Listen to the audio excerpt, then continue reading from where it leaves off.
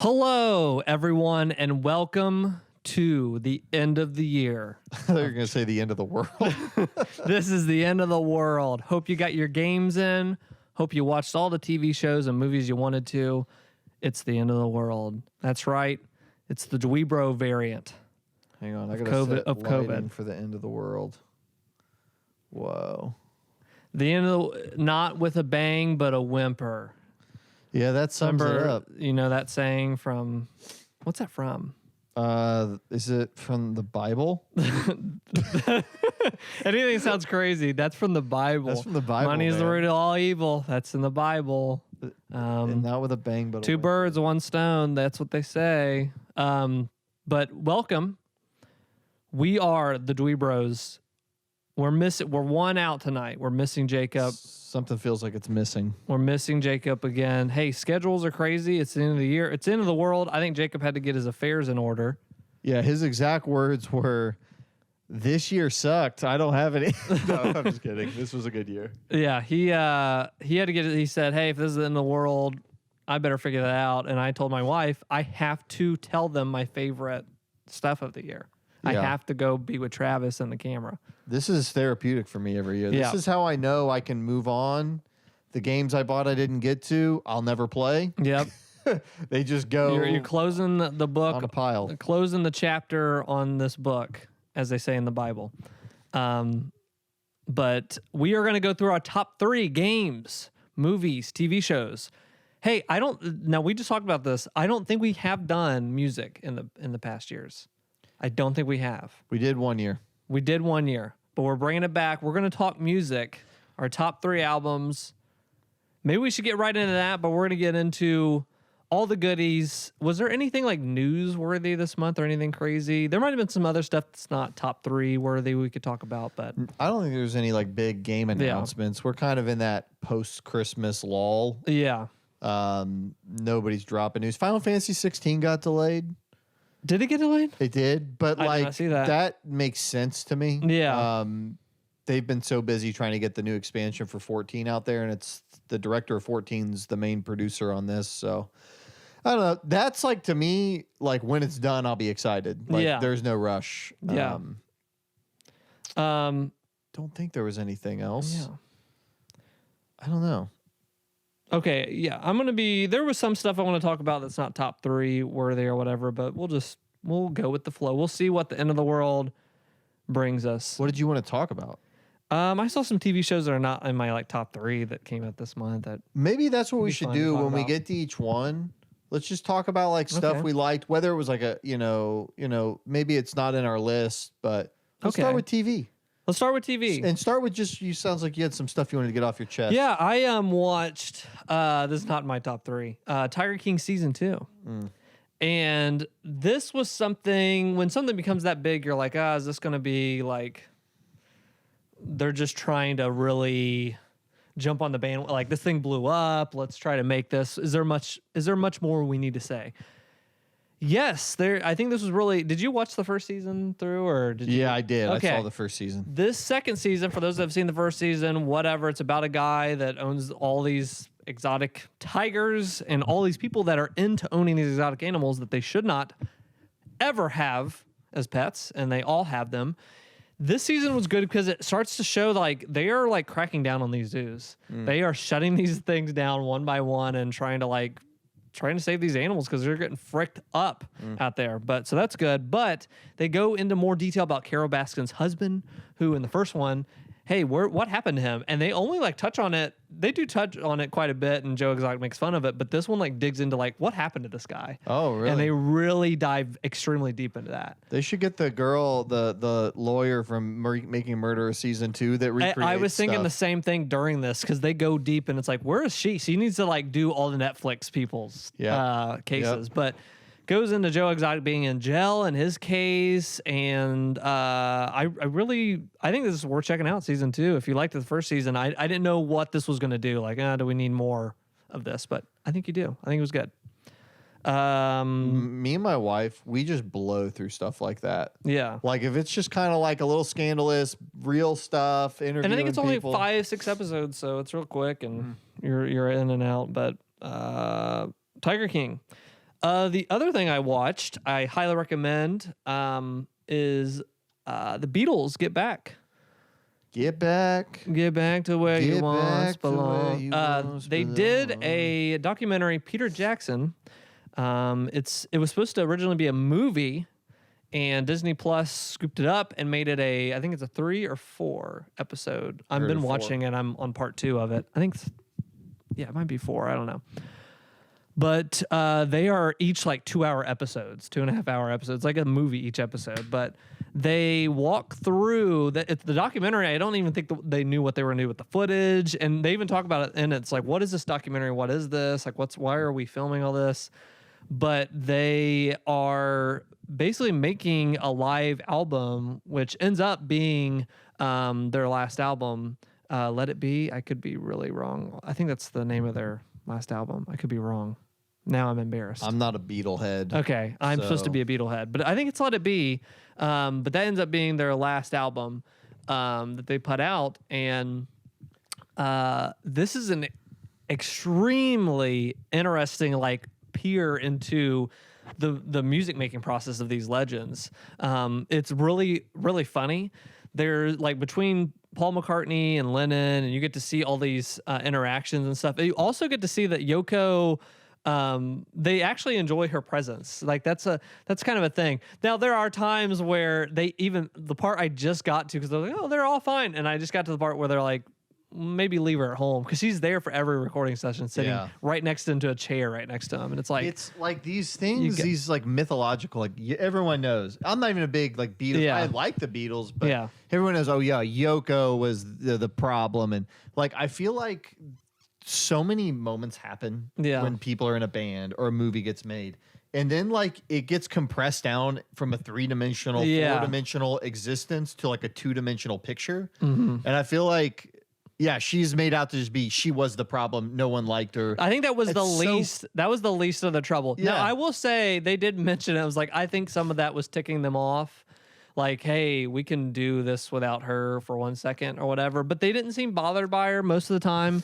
And they had other major issues. You know what I mean? When people say oh, she broke up the Beatles, man, that was my best Beatles impression, man. No, that. I think that was on the list, but it was number 10. Yeah. And there was. It's like when a marriage is going downhill and he that one thing talks to a girl out in public, and it's oh, well, it's no, they had issues for years and years and years. That didn't help. So Yoko didn't help being there, but no, it's really cool. It's very freaking funny. You just get to see them kind of bounce off each other. There is really cool parts in this where the documentary and the way they cut and edit this, Peter Jackson or whatever. I don't know if he directed the doc. How do you say you do that? How do you do that with already footage? I watched behind the scenes. There was Wouldn't he be the editor? There was 50 to 60 hours of footage. Yeah. So he directed what to stays. He watched. So a lot of documentaries is they watch all that footage back. Yeah. Is there narration? No. It's literally just there's text on the screen that'll appear and it'll kind of give you context for what's happening. But most of the time it's a lot of editing and whatever else, and they just let some stuff just play. But the editing is really cool where they'll at 1 second the manager will sit down hey, we need to talk about what are we doing for next week for this, and you hear Paul in the back get back. Get back, he's figuring out get back or figuring out all these let it be and all these you're screaming, and the people editing know that, and they keep cutting back to that, and they'll cut back to I don't know, I had toast for breakfast, and and it's oh my gosh, a legendary song is being behind you and you don't even know. But there was a clip, I don't know if it was from this, but I was laughing. I saw on YouTube, and it was George, I think Harris, the bassist, and he's like, have you heard the new Jimmy Page record? He's like, Jimmy Page, what do you want for breakfast? It's the Led Zeppelin, their first record. He's like, I listened to the new Jimmy Page record. It was good. He's like, what do you want for breakfast? He's not even listening. Yeah. It's he's trying to recommend him the first Led Zeppelin record. And he's just it was Paul or somebody. He's like, I want breakfast. Stop talking to me about that. Yeah. It's just hilarious to hear some of that stuff. It is cool too, because you think the Beatles are just so far and beyond. There was points when did you hear that or whatever that they came out Fleetwood Mac? I just heard of them or whatever. They're great. And the way they play, it was really cool of how they did this, and getting those little fly on the wall moments is very special. So highly recommend to Beatles fans, I think if you're even the slight bit like curious of Beatles or anything, check that out. But Beatles, get back to where you once belonged. I think that's it for TV for me that I saw. Yeah. Yeah, TV wise, I watched the pilot of Twin Peaks with my wife the other night or morning. And you've seen that before. Yeah, I've seen the first season and a half. She's never seen it. I don't have a lot to say. That's just a really good pilot. I think I was telling you, I think that's one of the best pilots. Just it introduces so many characters, but in the way only David Lynch can do. It's very well paced, and you end this 90-minute episode wrapped in plastic. And is that also the pilot where he says there's a fish in the percolator? No, not yet. That's okay. I don't think so. Fish in the percolator. But it's just having watched through a lot of David Lynch's movies the last couple of years, I even have more of an appreciation because that was the first thing I ever watched of him. Me too. So now that I've seen his movies, watching that show, I appreciate even more his style of what he's doing. So. Yeah, a lot of people, like I can think of modern thing like Riverdale. That show Riverdale takes a lot of inspiration from Twin Peaks and Life is Strange game wise. Oh my gosh, game wise, you've got Alan Wake, like all these. Not Death Stranding. What's that game we played? Oh gosh, I can't remember the name of it. I don't know. Sweary. Oh yeah, that is like all of Deadly Premonition. That is like Twin Peaks. So all these people copy off that. Like it is a huge inspiration to a lot of people. So Twin Peaks, check it out. Pretty good. But shall we get to our favorites? Favorite of the year. TV shows of the year. Favorite TV shows of the year. Yeah. Do you care if I go first? Yeah. Because we're gonna go back and forth, right? Like 3, 2, 1. Yeah, we'll do our number threes. We'll do our number twos. We like to savor the moment. We do a 3, 2, 1, and we all do it that way. Just savors the moment. I want you to go second on these because I feel like you're going to be more passionate about your picks. Okay. But you are just throwing them out there. These are just the three things. They do stick out amongst the things I've watched. Okay. Also, as is notoriously understood on this show, I am not the biggest TV watcher, especially of things that are current. And I think Leftovers might be on this list, even though it ended in 2017. We'll see. Yeah, no. So, of things that came out this year, my number 3 pick was Loki. Okay. Really good, just limited run series. It had one of my favorite TV shows ever is Sliders. Okay. It was a show with Jerry O'Connell where like every episode they'd jump in a portal and they'd be in a different alternate universe. Okay. And this show reminded me of that. Just, all these different dimensions. If you haven't watched Loki yet, it basically says, okay, we're not the MCU anymore. We're the Marvel Comics multiverse. Like every episode, you're going to different multiple universes, and they just had a lot of fun. But I liked the show. I liked the characters. I like that they explored the character of Loki and got very meta with it. Mm-hmm. It was good. It was a very good little show. Cool. My number 3 show of the year is The Witcher, season 2. Wow. Witcher season 2. I think me and my wife are watching it together.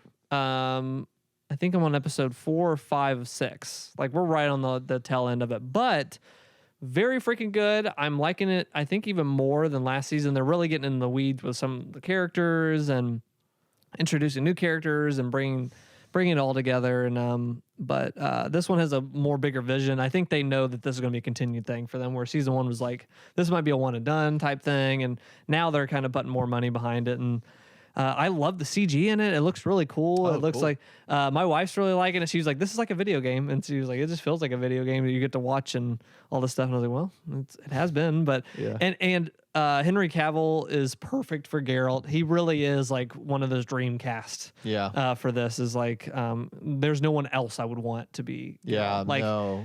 He sounds just like him, and he just the way his mannerism, like this, like all that other stuff, he just mixes in there, and it's really fun to watch, and it's also cool because it's the stuff that is happening in this season you got to hear about in the games that we played. And it's like, oh, because my wife's like, do you know what's going to happen? And I was like, I kind of know where certain characters' paths lead, like whatever.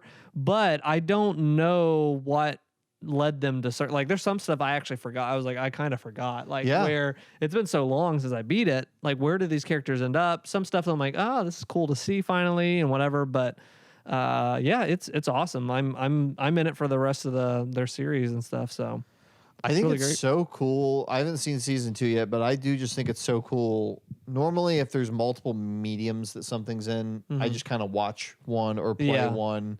I might, play the Spider-Man game, but I like Spider-Man movies more, whatever. What I like about like this is I really like the games just as much as I like that first season of that show. Mm-hmm. Like they're both really good. Yeah, they're all fun to watch. It's like you get these prequel stories, which are the actual stories in the show, and then they're going to feed into the games and back and forth. Yeah. So that's awesome. Yeah. So that was really good. Number 2 for me is, and I was kind of debating because I haven't finished the show. It's 9 episodes. But I finished the first arc, which is 3, and I'm going to give it to Arcane. It's called Arcane League of Legends. I don't think I've even talked about that on the podcast at all. Did I? I don't think we've had a chance. I don't think. The long and the short of it is, I mean, it's just a really, really well done, character-driven show. It's animated, but it's not like Japanese anime. It's not trying to be that. It is just like a Western animation type deal. And I don't know anything about League of Legends, but this show, we talked about this with Dune, which was something you critiqued about Dune, was you like it when people do their storytelling in the world. Just start in the world and let me figure it out. Yeah. That is what this show does. It starts like street level with these kids, and they peel back a layer and peel back a layer. And those kids intersect with a person. And then the next episode, you start with that person. And you're learning about, oh my God, the kids did this and it affected this person. And they're in a different part of society. And then, oh my God, he does this. And then that comes back and affects the slum they live in. And it just is peeling back layers and layers and layers. And it's got really good character arcs. And the first 3 episodes are really like a movie. And they take you on a journey with these characters and these 2 sisters. And I'm very invested in it and like it a lot. So that's very well done show. That's I think surprise of this year that a League of Legends TV show. Yeah. That was cool that worked out. Yeah, cool. Number two. Oh, that was your 2. That was my 2. That was your 2. Sorry, I'm mixing numbers here. My number 2 is Succession. I think we're on the 3rd season was this year. That show has an amazing cast of characters. I love them all. They're just these waspy rich people trying to get their dad's company, and the dad is holding on for too long, and he's an a-hole too, and they're all a-holes and stuff. And it's like in a cast full of anti-heroes and one or 2 goofy people that are wrapped up in it as well. But it is so fun to see them interact. This show, I love when a show can, like, I'm laughing, I'm cracking up at certain things, and then they, like, my palms will sweat because they'll build up this thing and you'll get to see it, and you, like, I'm watching the television like this because of the drama that's involved, and you know what's on the line and everything. So that show has these moments all the time, and I think they did a great job at this season. There was a big kind of like twist at the end of season 2 that it took the whole kind of season as they were dealing with it. So very cool. Succession, very highly recommended. That's on my list. Yeah, that is of the stuff that's out right now. I would say, as someone that doesn't watch a lot of TV that's out, I heard a ton about that show this year. Yeah, that's number 2. What's your freaking favorite TV? I think it was WandaVision. WandaVision? I think it was WandaVision. I was very, like, not sure what Marvel TV shows were going to be like. And not sure I even would care. And I didn't watch it when it first came out. But after a few episodes, I kept hearing good things, and I checked it out. And I just sat and watched through the first 4 episodes of that in one sitting. And it just totally kicked off the year. It got me invested in Marvel TV stuff for the whole year. I've watched all the shows they've been doing. I wouldn't have done that if I didn't really enjoy WandaVision. I don't think any of the other shows they did quite reached the highs of that show for me. Yeah. I just really like that character. I like the Wanda character. I like Vision. I like that there was kind of a moral kind of struggle to it of like, this character wants to basically live out this life, but it's like basically very bad for the people in the town where they're doing it. I know it got a little Marvel formula-y at the end. I wish it would have stuck a little bit more with like the sitcom kind of style for the last third. Yeah, I think that totally was get my that. complaint with it, but it was cool. Those first 2 episodes for me were like, I dig this. Like that's and I really like things when they go a little meta, and that really did in the front half. I just liked it. I liked every episode being a different era of sitcom. I was very invested in what's going to happen episode to episode. So best show I think for me. Cool. My number 1, TV. I'm a TV head. I love TV. I think we're in the golden age. I like TV more than movies personally for the past couple of years. Love the way they just are able to spread out characters episode to episode. But one that took me by surprise because it kind of blew up on the mainstream. And some of this stuff I'm like, it's hit or it's 50-50 for me. When stuff blows up mainstream, it's like, this could just be appealing to everybody. And I'm not really into that. I have a very, specific taste in media, but it had to go to Squid Game for me. This show really shocked me. Everybody was talking about, okay, we'll watch it or whatever, but it feels like an anime. I like Korean cinema to begin with, so I just have not seen it in so long. I've watched stuff like Old Boy or whatever before, and In the Mood for Love, I think was Korean. Correct me if I'm not, but if it's not, but Squid Game, same thing. It's like, man, they know what they're doing over there. And I just really loved this concept of, hey, we're going to throw you in this game. If you want to, like the choices people have to make, the kind of mirroring of capitalism and kind of commentary on that while still just being an entertaining show. I thought they knocked it out of the park. I was engaged the whole thing, and we were like, me and my wife were like, oh, let's watch another. So they really kept you engaged episode to episode.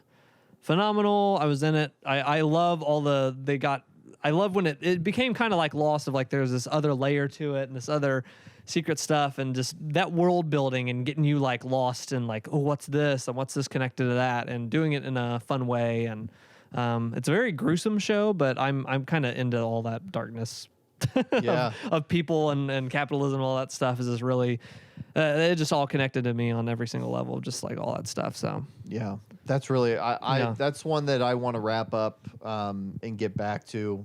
I really do. I like the first couple episodes of that show a lot, which is and that show wasn't, and I think that's more of a Korean and anime. I would even say too, is there's not a fear of being corny as there is here in America. Because that show has some corniness in it. Like, let's not kid ourselves. Like, you have to, but like when it's that corny, or if it's like that level of like, I don't know, campy. I don't know if that's the word for it. At like times, a kinetic energy to the way it's directed too. But if you take that campiness seriously, and all these people are in it, and you believe that that's what everyone's in for, then you're gonna have a good time. Like if everybody's wanting to play this game, and you're gonna let it be that thing of then I think you're gonna have a good time. So, but you don't get to see that in other, American films or TV show too much. Like they there's a level of seriousness or too much jokiness, and this was like just enough of like, take this goofy concept seriously. Because some people, might go into this and might not like it if that's what they're looking for, a more serious thing. But Squid Game. It did feel like I had the same impression. It felt like live action anime. Yeah. And like I love that in the first episode when he's just like with the guy on the subway, and every time he loses he smacks him. And it's just like it felt like a scenario out of an anime in a lot of ways. So. Yeah. I totally like those picks. Good year for TV, it seems like. There was good, dramas and like Succession. There was good like really kind of unknown stuff and good animation and good comic book stuff. Yeah. Cool. Dude, we got to talk about your guy, Kanye. He's down bad. He is down pretty bad. Did you see, did you see this? I think I just saw this before I came here. He bought the house across the street yeah. from his ex-wife. Well, I think that's for like the visiting the kid, like seeing the kids and stuff. That would make sense. But also I saw a really kind of. You would buy a house 5 minutes away across the street. I saw a really funny meme, and it was there's this meme where they have the person from Avatar falling, and it was like Kanye falling off the roof after seeing Pete Davidson kiss his ex-wife. Dude, the Pete Davidson memes of him with just random, because he's been with so many girls this year. Yeah. Like I was seeing people Photoshop him with Hillary Clinton. Like just like, dude, Pete, somebody stop this man. Like he's up in that body count. Yeah. But that's what's happening in music this year was that. Some good albums. Yeah. I don't like. Do you want to talk about the stuff you liked this year? Yeah. I had maybe we can kind of lightning round. Yeah, these. this doesn't need to be. We don't need to go deep. But Modest Mouse is my number 3. What was that album called? Modest Mouse, Golden Casket. So I like. That's my favorite band of all time is Modest Mouse. Their last album, was their first one I just didn't like. They had like 4 or 5 songs I really liked. I got to see them in concert play some of those songs. Great. But overall, my first disappointment from that band. This new album, luckily, kind of picks it up and they are heading upwards. Yeah. So I did like this album a lot more than the last one and had a good time with that one. Yeah. Did you have a number 3 or did you? My number 3 was half of Kacey Musgraves' new album. That should have been honorable mention. Because we did listen to that a lot. Don't like half of that album, but I really like half of those songs. Yeah. I really like Breadwinner is probably the song of the year. I love that song. Yeah, I think I would agree. Half of that album is half of that album will do you. It's like like the pill cutters. Yeah. Half of this pill will do you. Yeah. Half of that album will do you. I felt the same. There was Anne coming against Golden Hour, her last album, which was my album of the decade. That album is incredible. Yeah. How could you ever top that? So I knew there was gonna whatever, but there were certain songs, and I hate the ending song on this album. I don't like to talk about stuff I hate, but gosh, do you remember? It just goes into Spanish stuff. And like and Spanish is great, like whatever, but like it just goes into that, and there's I don't know, it just kind of peters out. This album felt like the classic, like so many different disparate ideas that don't really come together. Yeah, nothing connects to me. The whole album as a whole did not, whatever. But that should be an honorable mention to me because it was funny. I think Jacob mentioned he was like, I've actually listened to that album more than anything else. Yeah. I was like, it's on one of my top played. It was one of the top played or whatever. Some of those songs made it into my top. I just closed my ears during certain songs, but Life is a movie. What's that song? That's the one I skipped. Life is a movie. Oh, or gosh. Something. Dun, dun, dun, dun. Yeah, that was. Did you pass that and you exported it from GarageBand? Really? That was weird because she's a very strong songwriter. Yeah. And chord wise, her chord progressions are always interesting with her melodies. It felt like it wasn't written by her. Yeah. Like that song was weird. Yeah. I don't know what was going on. But you got to experiment. I mean, try different things. Experiment without me listening to sorry, Casey. Honorable mention for me. Third from him. So half the album. Casey, half of Starcross. You're not looking for my validation. That was Kacey Musgraves. Starcross was the name. Yes, and he likes half of that. Half of that star map. Yeah, star, not crossed. Yeah. My number 2 album of the year. What was my number 2 album of the year? Oh God, I'm trying to think through it. I know. My number 2 was The Killers. The Train. The Train. Hey, I have a funny. Go ahead and say. I was trying to. I just want to make sure I get the album names right when I look at these. Isn't this some kind of town in the crossroads? Some kind of village? town. Pressure Machine. Oh, Pressure Machine. Pressure Machine. So haven't liked Killers' last 2-3 albums. My favorite album of all time is The Killers. Sam's Town. Haven't listened to them. This album is great. Each song they have they recorded it on like a cassette player. And I did see somebody say none of that connects. I wish it would have connected a little bit more with what they were doing at the beginning. Some songs do. Some songs are just really creepy. They set up a vibe and they go ding da dong da dong afterwards, and it doesn't really connect. But it was a cool concept. They just really focus in on kind of a really small town living and drugs taking over a small town. Love that. Like, I think that was a good thing for them to like kind of go smaller vision, really zoned in. So great album. My number 2. Yeah, that is a good album. I was just gonna say, I like that album. I really like that first song. Yeah. I didn't like the recording, the Quiet train. Town. The train gets everybody. And Yeah. I like that Quiet Town song a lot.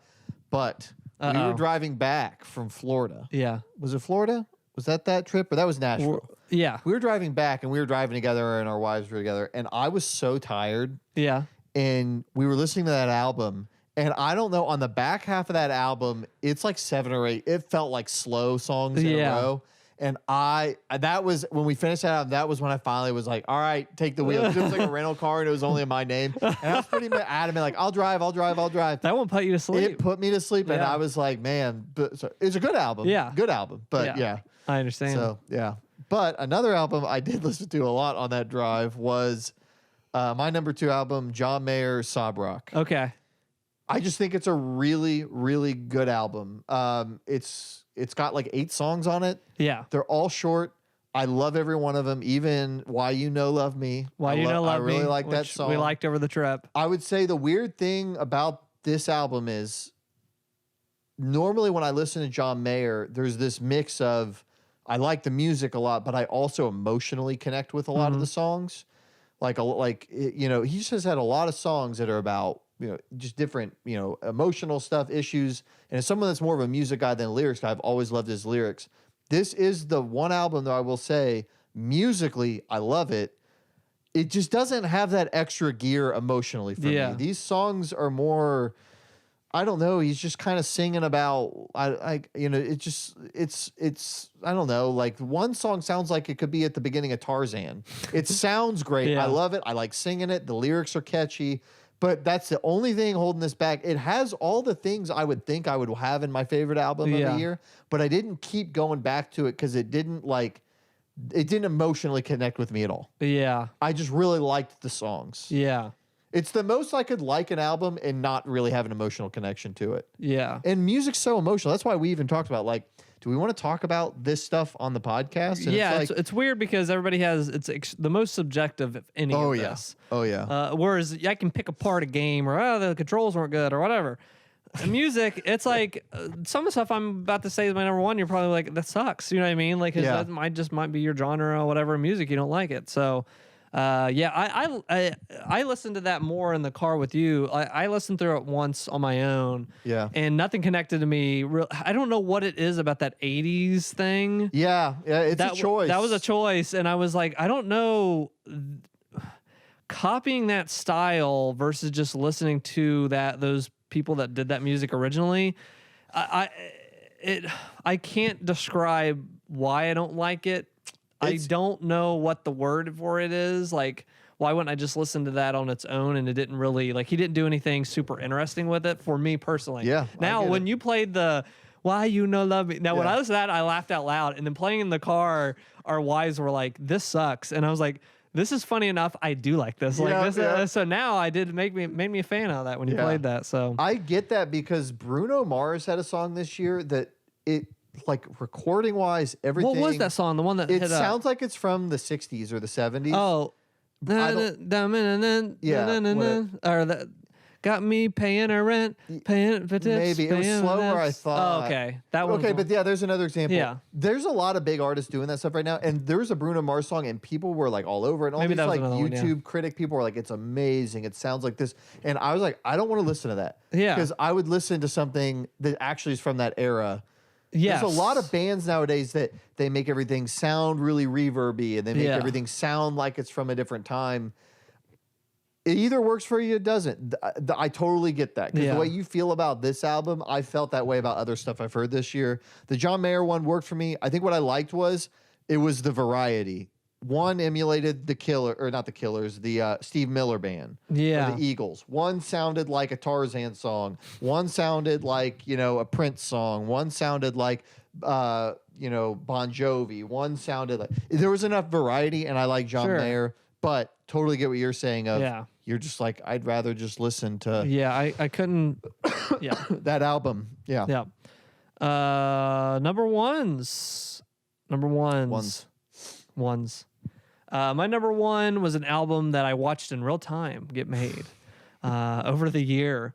Certified Lover Boy? No, it was not. Didn't even make an honorable mention for me, that Drake. But his former arch nemesis, did you see they made up and they did a concert together?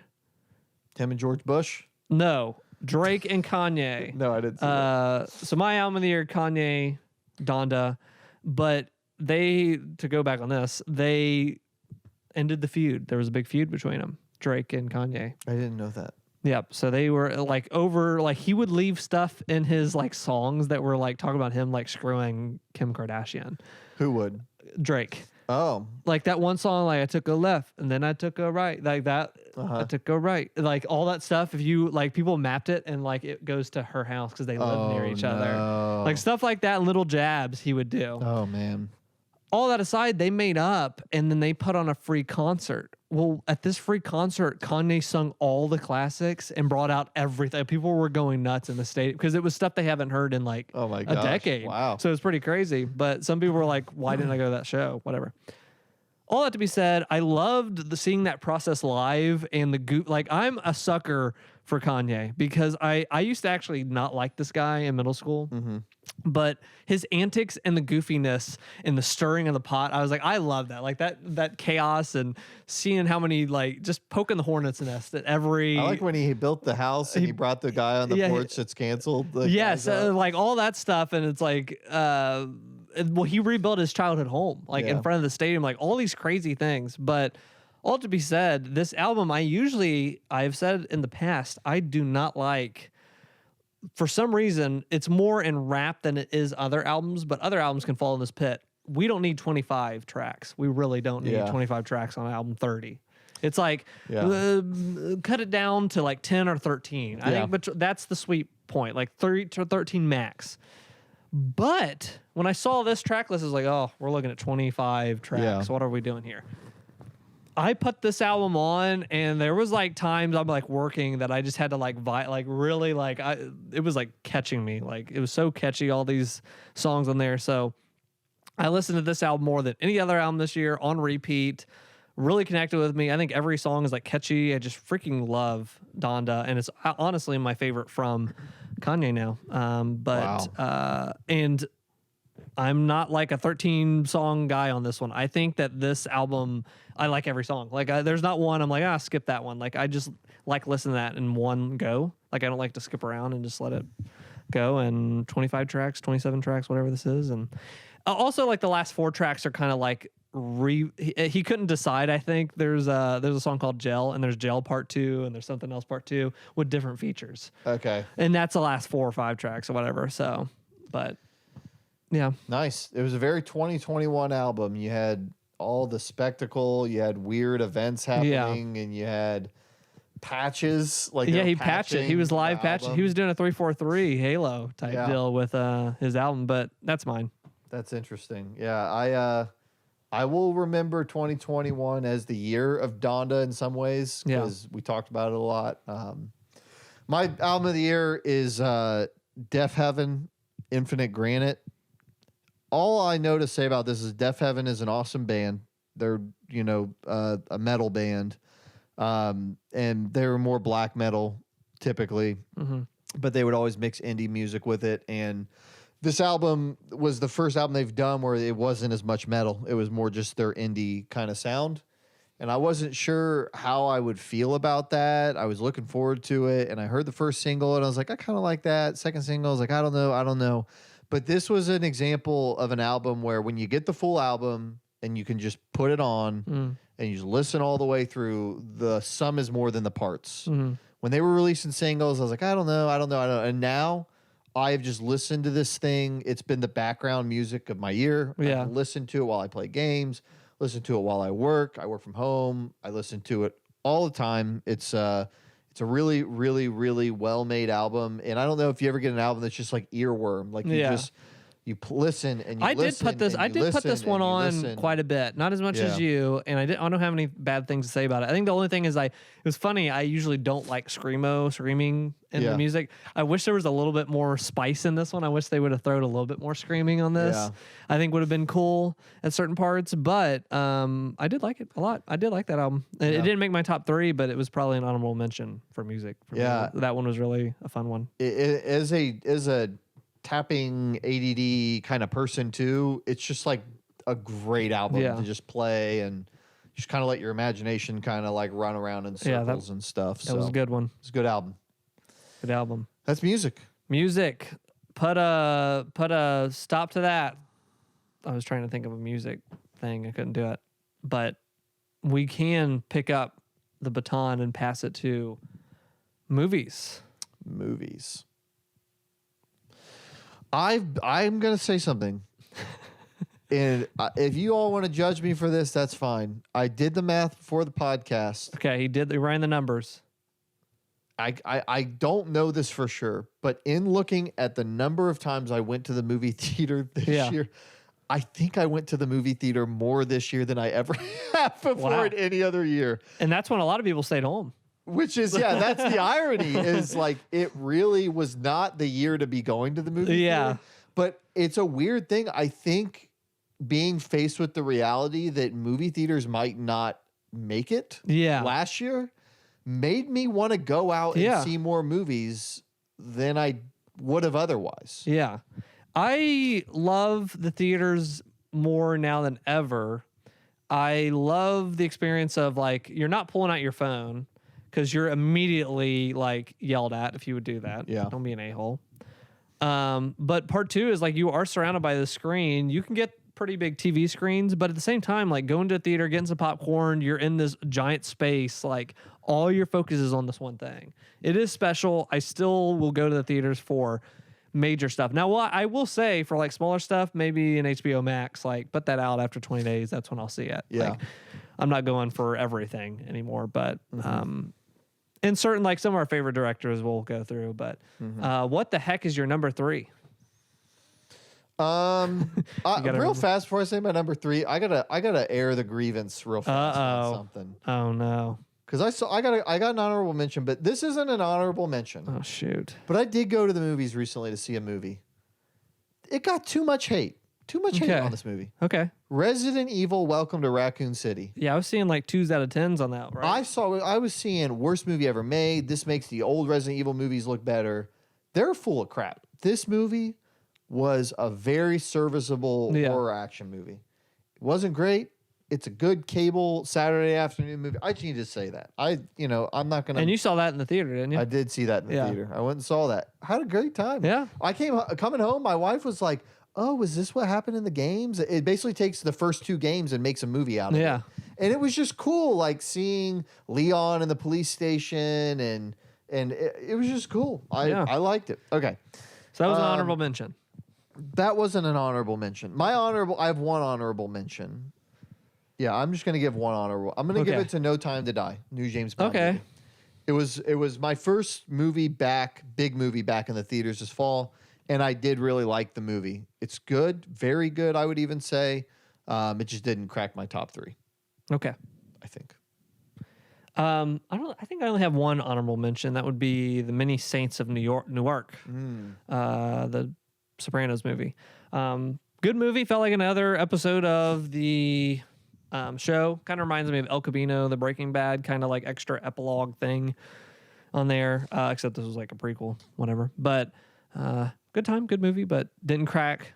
You got to do something special to make that top 3. Yeah, I agree. So what's your number 3? Went last night. Saw Licorice Pizza. That is one of the 3 best movies I've seen this year. It's an indie movie. It's about. I was talking with Jess about this. Yeah. I mean, the plot of the movie. I encourage you to go see it. It's about a 25-year-old girl and a 15-year-old boy, and in Pasadena, Encino, California, in the 70s, and they kind of have a love thing, and if you describe that as a movie, it sounds gross or weird. I get that. Yeah. It's kind of a lot like Once Upon a Time in Hollywood, but Yeah. instead of it being about people that are adults in Hollywood, it's about kids Yeah. in Hollywood. And it's basically that. And Yeah. it just was a really well-made movie. I really Let's just talk about it. Let's talk about this because we just watched it the other Yeah. night, so it's fresh on my mind, and it's in my top 3.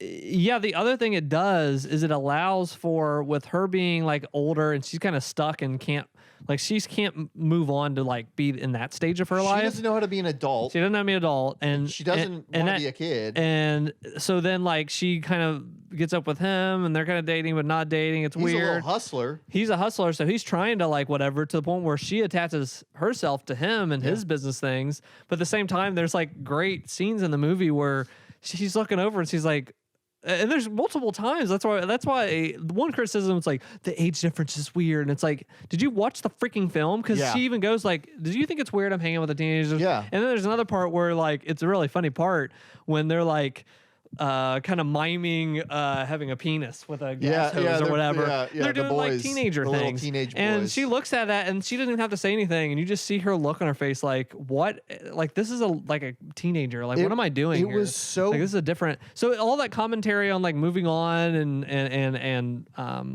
adolescence and all that stuff, I thought it was very well done. I was surprised that this movie touched on all that stuff. That's what I was gonna say is like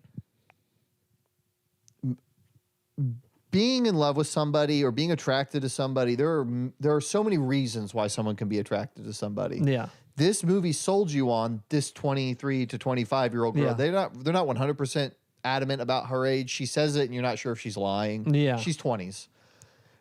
They sell you 100% on why she would be attracted to this. And it's not even like purely romantic at the first. Yeah. I think it's just she likes being around him. Yeah. Like he's got this confidence, and then she eventually kind of sees through it as it's dumb confidence. It's not even smart confidence. Yeah. And like she's even mad at herself. Like, why do I look at you and like admire it? You're just dumb. You don't even actually like. Basically, he just like comes up with these business ideas and they barely function. Yeah. But she wants to be a part of something, so she helps him. Yeah. But then they're like watching the news and like something that will affect his business is on, and like he's like looking at nudie magazines. Like, he doesn't even see. And she's like, there's an oil crisis. Yeah. You sell water beds. Yeah. What are you going to do about that? He's like, what does that have to do with anything? Yeah. And she's like, I'm with a 15-year-old kid. We're not really together, but we're basically business partners. Yeah. He is completely oblivious, but he also is attractive in that he's just going for it. Yeah. I just thought they nailed, like they made that so believable. They felt like real people. It was an interesting thing. And then along with that, people have to take into context again, not only with the setting of the 70s, hey, they talk about the gas crisis that went on there, but also if they made a movie and it's like current times, like a rom-com thing, or what if they tried to do something and it was a 25-year-old woman or man with a 15-year-old woman or kid, it wouldn't work and it wouldn't be as cutesy bootsy or whatever. But in the 70s, like I know people in my family and there was a big difference. Yeah. And I think stuff was just different back then, and people just can't wrap their heads people cannot wrap their heads around like stuff being different. I'm not like excusing this stuff or whatever, but at the same time, it's like back in the 70s, there was like that stuff you wouldn't bat an eye. Yeah. Along with other stuff in the movie, but where it's like that's supposed to be at the time, like let stuff just be a period piece and whack it. This movie also reminded me of Once Upon a Time in Hollywood. That's what I said because same earlier, thing, same thing in 70s, like it really did, yeah. It made me it reminded me a little bit of an artsier version of Dazed and Confused too. Yeah, I just love that era, like of they didn't have cell phones. They didn't know what was going on. They meet at the pinball place. Like there's parts in this movie where characters are trying to find each other and they're not sure where the other one is or where they're going. Yeah, the flyer stuff. That stuff's all fine. This is a little tangent. I feel like now we have God mode a little bit. You know, in a game, you can type in God mode and float around. I feel like that's what cell phones are and your GPS and stuff. But like back then, you didn't have God mode on, so you had to like complete the quest without sprinting. Yeah. Basically, nobody had sprint mode. You just had to run in the slow Halo. versus Halo Infinite, because you didn't have GPS. You had to get an atlas out and be like, we have to like plan this out, or we're gonna get lost and die. Yeah.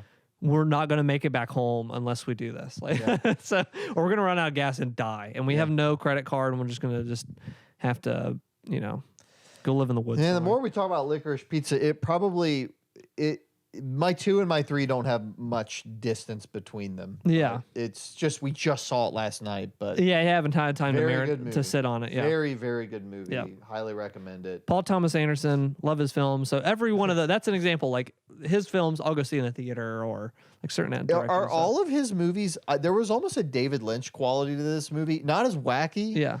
But every single scene had new characters that were interesting.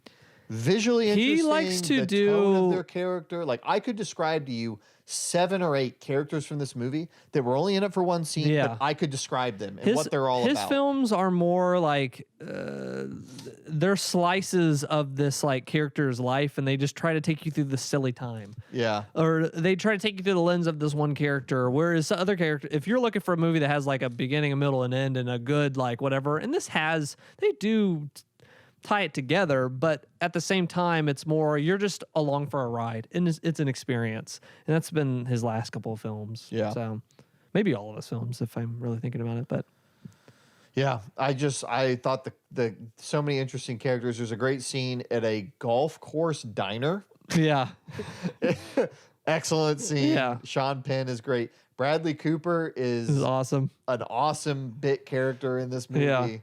Yeah. Man, he's a really good actor. Yeah, when he is. gets something he can actually just have fun with. Yeah, We were talking last night. Like, he was in whatever that movie is in Las Vegas where they get stuck out.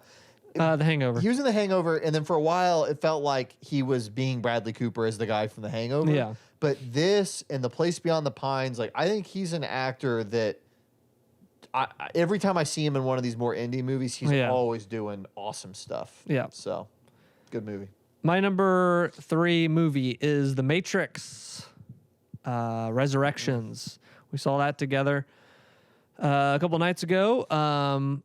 I think that is a very polarizing movie, but I loved that first 25 minutes or so. I don't know, 20 minutes.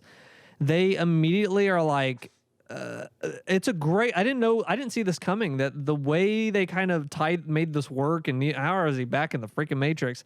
Is that his mind? He thinks that this is the way they built the Matrix. It's about him as a game developer, and he's made the Matrix, and he part of this game development. It was genius. That is a genius way to bring. That is he's gonna have memories. Yeah. And now he's gonna always doubt those memories because it's put right in front of him every day. It was so smart. It's so smart. So it's so funny, and there's so much meta commentary. And at the beginning, all these characters are like, "Oh, it's about this, or it's about transactivism, or it's about capitalism, anti-capitalism, what the Matrix is about." And they basically immediately.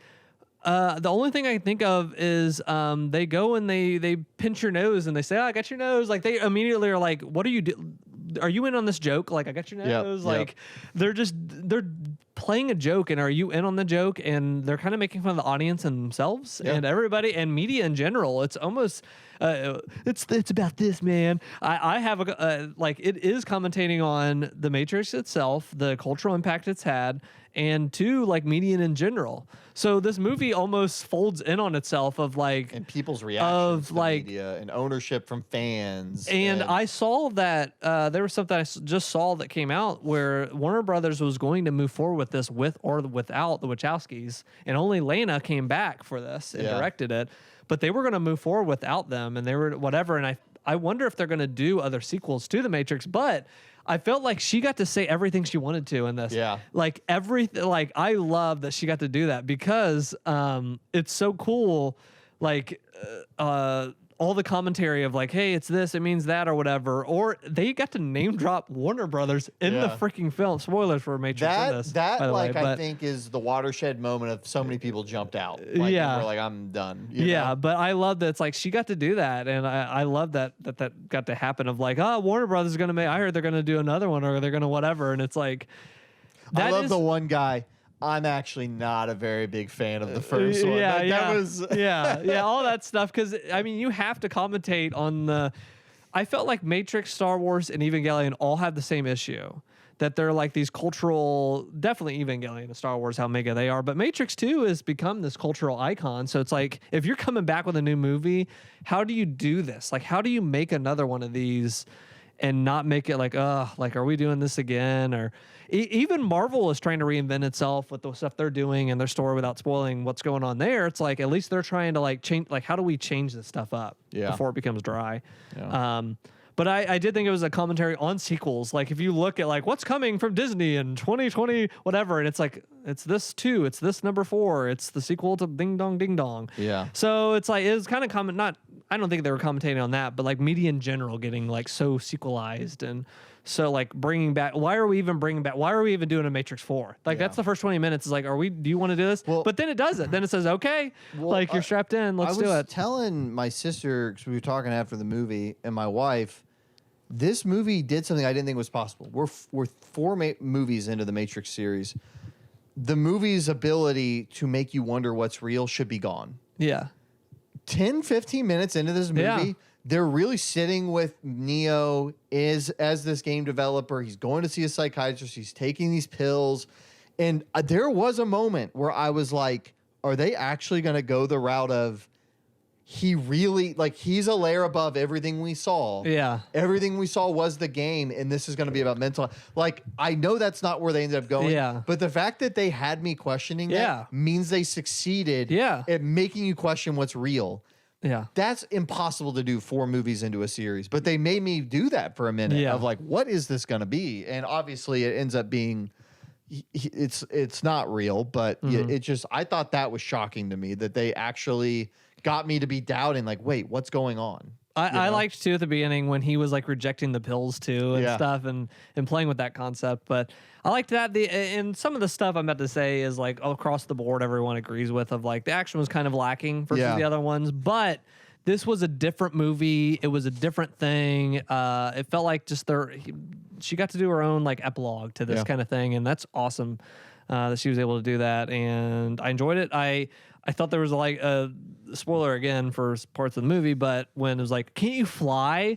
and he's like, Racoon from Mega 64 did like an hour long kind of like he like because he loves the Matrix and he went on it. But one thing I agreed with what I was saying too when I left the movie was like, "This is silly. This is silly." He was like, "This is dorky at parts." When he's like, "Can't you fly?" and he goes, and he can't fly. Like all those it's like this movie is dorky and it's fun. It's like, are you gonna have fun with us? Like, are you in on this or whatever? And yeah, pretty good movie, man. And I like how they messed with it. So,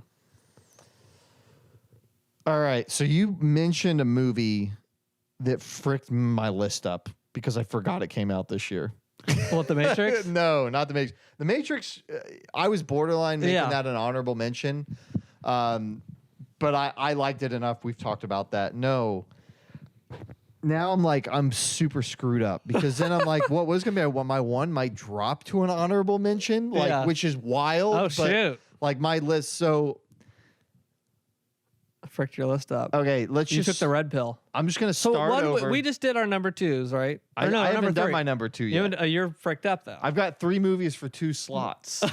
And now it's making me question if I like the one even better than Licorice Pizza. Maybe not. It might drop out of the top 3, and it was the one. So here's what I'm going to do. I'm going to convert. This is the right thing. Martin Scorsese would lose. He'd be so happy that I'm doing this. Okay, let's see it. It doesn't matter where it was going to be. Talk about the film. Spider-Man No Way Home Okay. was fantastic. Okay. Very, very good movie. Good character work Marvel for a film. comic book movie. Really liked it a lot. I'm not going to spoil it because just go see it if you want to see it. It brings in characters from the old movies. I really am impressed by what it did, and it was an amazing theater experience. Right up there with like an Infinity War Endgame, awesome stuff happening. But I'm going to just take that out of my list and put it to the side. Okay. Because now we're getting to where there's like 3 movies that I would say I have really tangible stuff I feel about them. Okay. That I don't necessarily feel that way about Spider-Man. It's just a really good popcorn movie. Yeah. So Spider-Man is like the king of the honorable mentions. Okay. It's not in my top 3 now. Okay. Okay. My number 2 is Dune. Okay. And here's the problem with Dune. Dune is aesthetically a perfect movie to me. Yeah. Like, I just freaking loved it. It was awesome. Leaving the theater, I was just totally pumped. I went out and bought the book. Like, Yeah. awesome. Awesome movie. It is just half a movie, though. Sure. And the more I thought about what you said, I do agree there's not a lot of character development. Yeah. I do really like the characters and what I do know of them, but I don't really know them. Yes. And so Dune is a movie, if I felt more connected to the characters, now after seeing it a couple months ago, it could be my one. If it wasn't as aesthetically amazing and interesting as it is, it wouldn't even be in my top three. So, like, it's a real, I really like Dune. It is my two. I'm excited about it, but it's my two. Can't wait for the next one. Like, very ready to see that. I'm hoping that really brings this full thing together, and then that's 1 4-hour, 5-hour movie for me. Yeah. One day. But it's so weird because, like, I love big, epic, well-made fantasy stuff. Like, Lord of the Rings is Fellowship of the Rings, probably my favorite movie of all time. And, like, this is all of that artistically. It just doesn't have as much of the character meat that I want. Yes.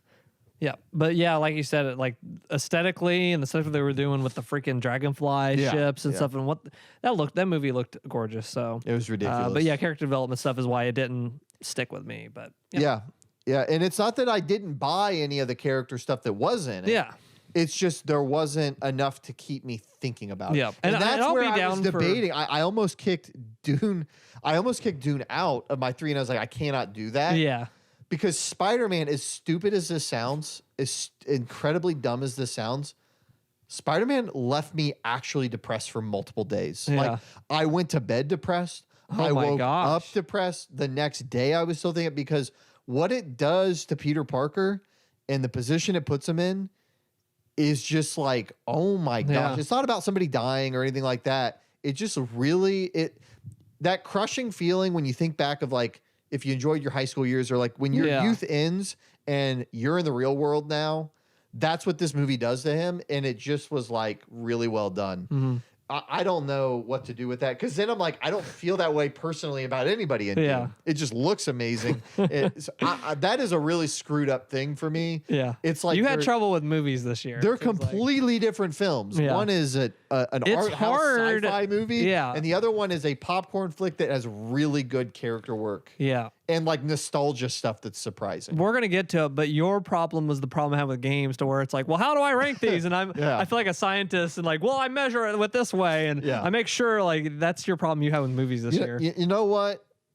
Dune probably doesn't deserve number 2 because it is missing something, and Spider-Man is limited for what it has to be a comic book movie.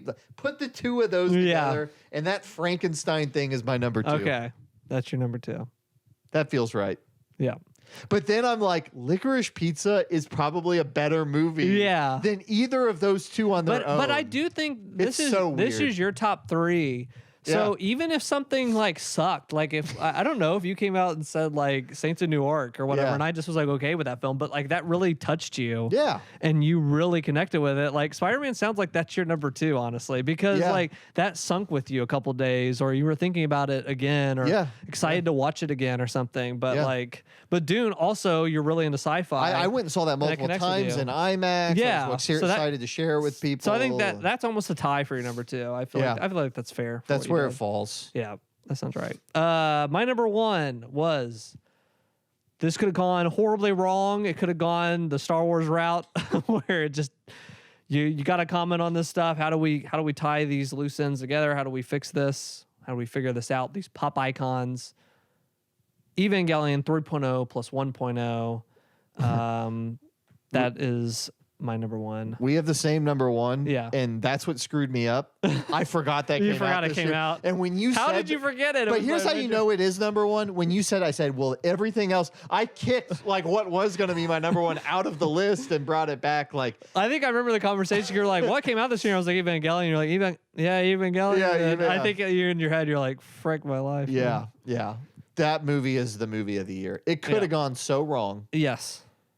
it's just really good. Yeah. And we've talked about or whatever spoilers and stuff, but like when the moment at the very end of the film when they're fighting Shinji and his dad, and every move they make, they just keep clashing with each other, and he finally puts down the sword. He's like, oh, we have to talk. And talking is the final boss of Evangelion. It's like, So that's the final. appropriate. And it's so like Goosebumps moment, and you're like, yeah.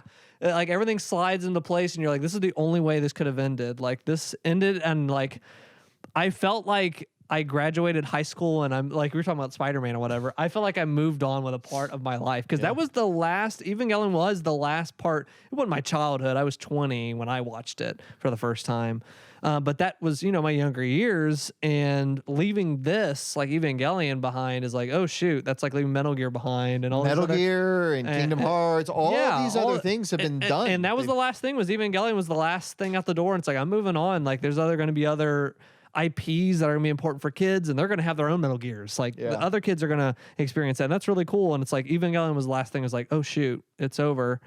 And I was satisfied. I walked away from that and like very satisfied and very like emotionally affected. And was like, yeah, like that was how you do it. That's how you wrap up a major. I think for them, it's even bigger in Japan than it is here. Oh yeah, but it's still big here in Evangelion and anime and that culture and stuff. But that. I think it was awesome. It's so weird because all the other Evangelion things, when they've tried to end it, like end of Evangelion or the end of the show, it's always been like, it's done. I get it's ended.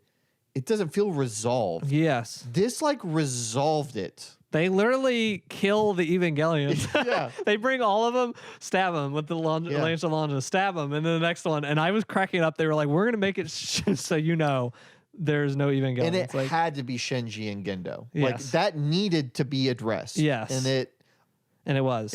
I was just satisfied. I walked away really satisfied. Well, and as a film, it really holds up too. It's not just this end of this IP. Like the first act of that movie when they're in that town and you get these characters back together in this like living environment after you've been through, it's been years since you've been in that space with them.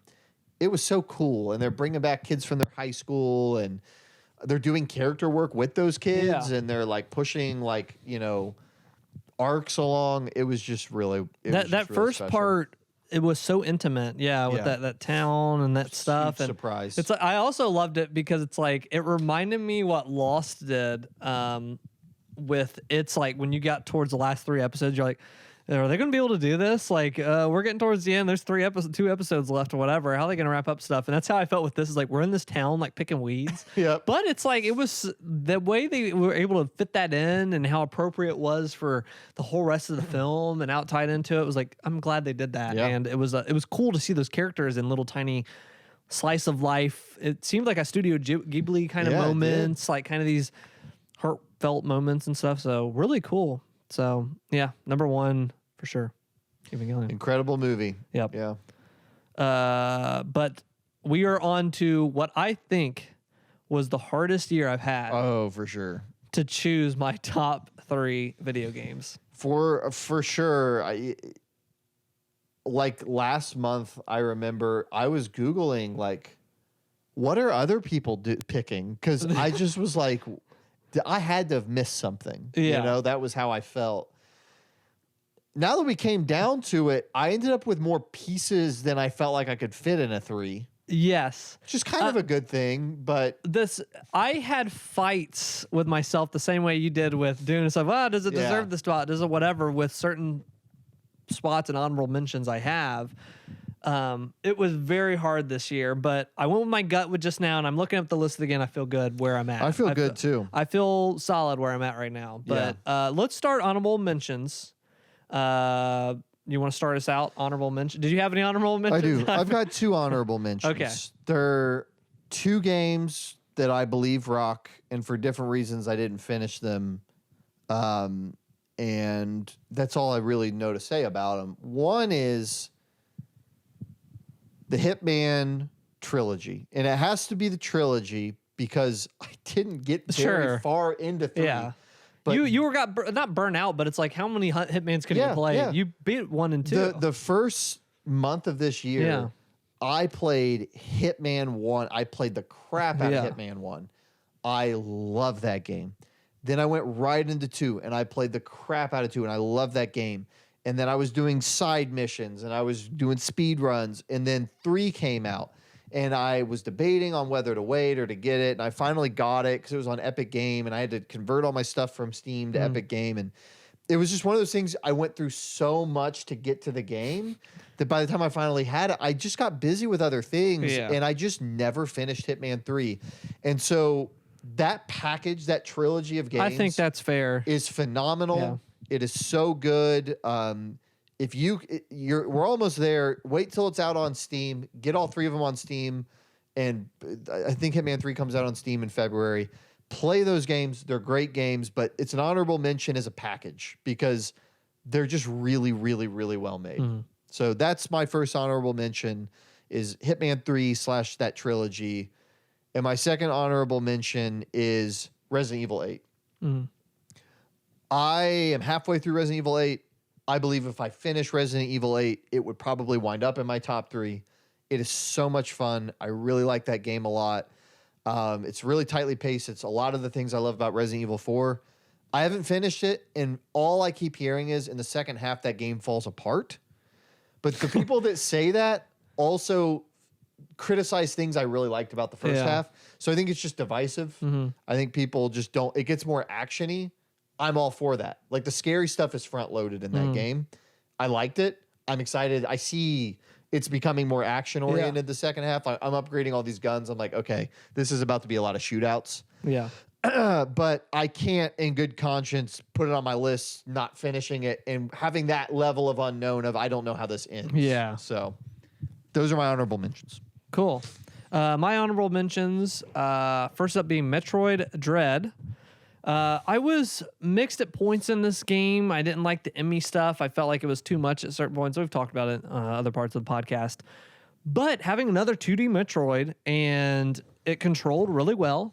I loved getting to shoot around a Samus again on like a handheld was like, finally. Like, it's taken forever to get back to this.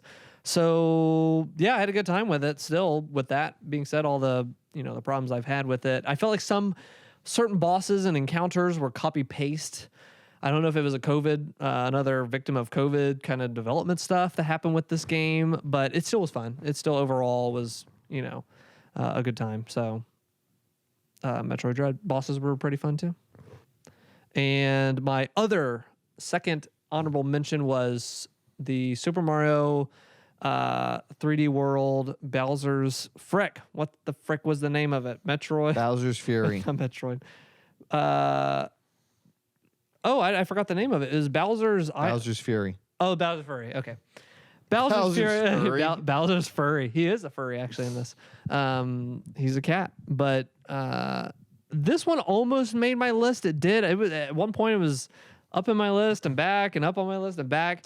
It was a short little slice, and I really loved it. I was savoring it. I was like, I don't want to beat this yet because I'm just really enjoying this and taking my time with it. It seems like it was so close to being on my list. It was a ton of fun. I don't have any problems with it. It just was a short little slice where you can tell they were playtesting for the next Mario. This is absolutely 1,000,000% going to be in the next way they do the next Mario. I feel like it's going to be this open world type thing, and it just worked so brilliantly in the way they're. I think they're going to do it. I think you're going to be riding Yoshi across the lands, is what they're going to do. But that's my 2 honorable mentions. Now we get into the weeds. Can I throw one more honorable mention out there? Yeah. The Kid Amnesiac Radiohead thing. It's a walking simulator, and there's no gameplay. There's not really a story. It's just like a museum you walk through, but I love Radiohead, and I think even if you don't like Radiohead, you could enjoy this game. Mm-hmm. It's just a fun, really trippy visual experience. You walk in all these different rooms, and I just really had a good time playing through it. Yeah. So it was cool. I'll add to that Matrix Awakens, which at one point my list was so fricked, this made the top 3. It was almost my number 1 at one point because we haven't got to talk about it on the podcast, but that Matrix Awakens thing is like in my top 10 gaming moments of all time. Really? Like it freaking... is because it's the first time I got to see in my life like the uncanny valley be broken. I've never seen that in anything, and this was the one that actually finally did it. Because there's always been thing you're like, yeah, that's a freaking, I can tell it's CG, but they recreate Keanu Reeves in the Unreal Engine in this little tech demo, Matrix Awakens. It looks 70%. It didn't trick me. Like I was looking, I was like, if you pop that in to the point where when I was going into the movie, I didn't get to tell you this because you didn't play the demo, but I was like, I wonder if they're gonna. And also, I played it. well, oh, you did. Yeah. Well, in the movie, did you see in the credits? It said Unreal 5.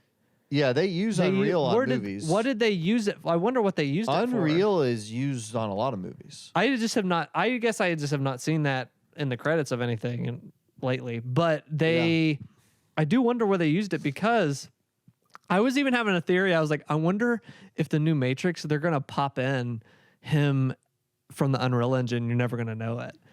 And I wonder if there was parts like that because the demo, like I said, 70% of it. I couldn't tell, and there was 30% was like the way he moved or whatever was like that's a freaking CG model. Yeah, but that was amazing. And then even when you get into the demo itself and you're flying around the city and looking at the reflection of the car and the cars would like the damage and stuff, I was like, dude, this is the best thing I've ever seen video game related. Like this is ungodly, and it's just a tech demo, so it's not like going to be 60 frames. But I was like, if this is possible now, like, oh my god! I thought the coolest thing was that it's single light source. Yeah.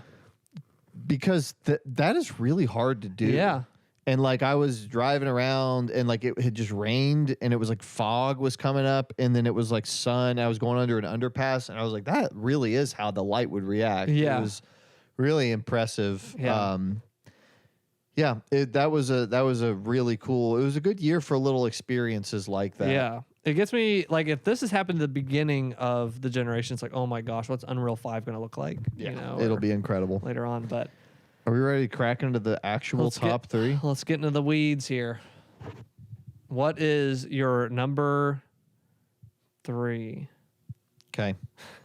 We have to keep checking because I literally was sitting down just now finalizing this. Because it was, my number 3 is Metroid Dread. Okay. I don't have a ton to add. I liked it better than you did. Mm-hmm.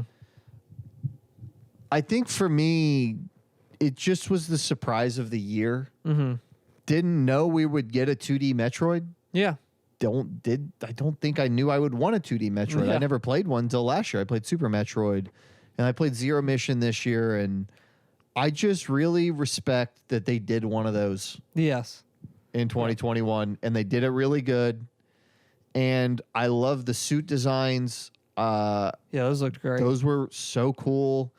I liked that they really added lots of new gadgets and missile types and stuff. I 100%ed the game, which I didn't. I did too. Yeah, it ended up not easy. being that bad. Yeah, it took an extra hour. Yeah, so. it takes an extra hour. You just go hunt.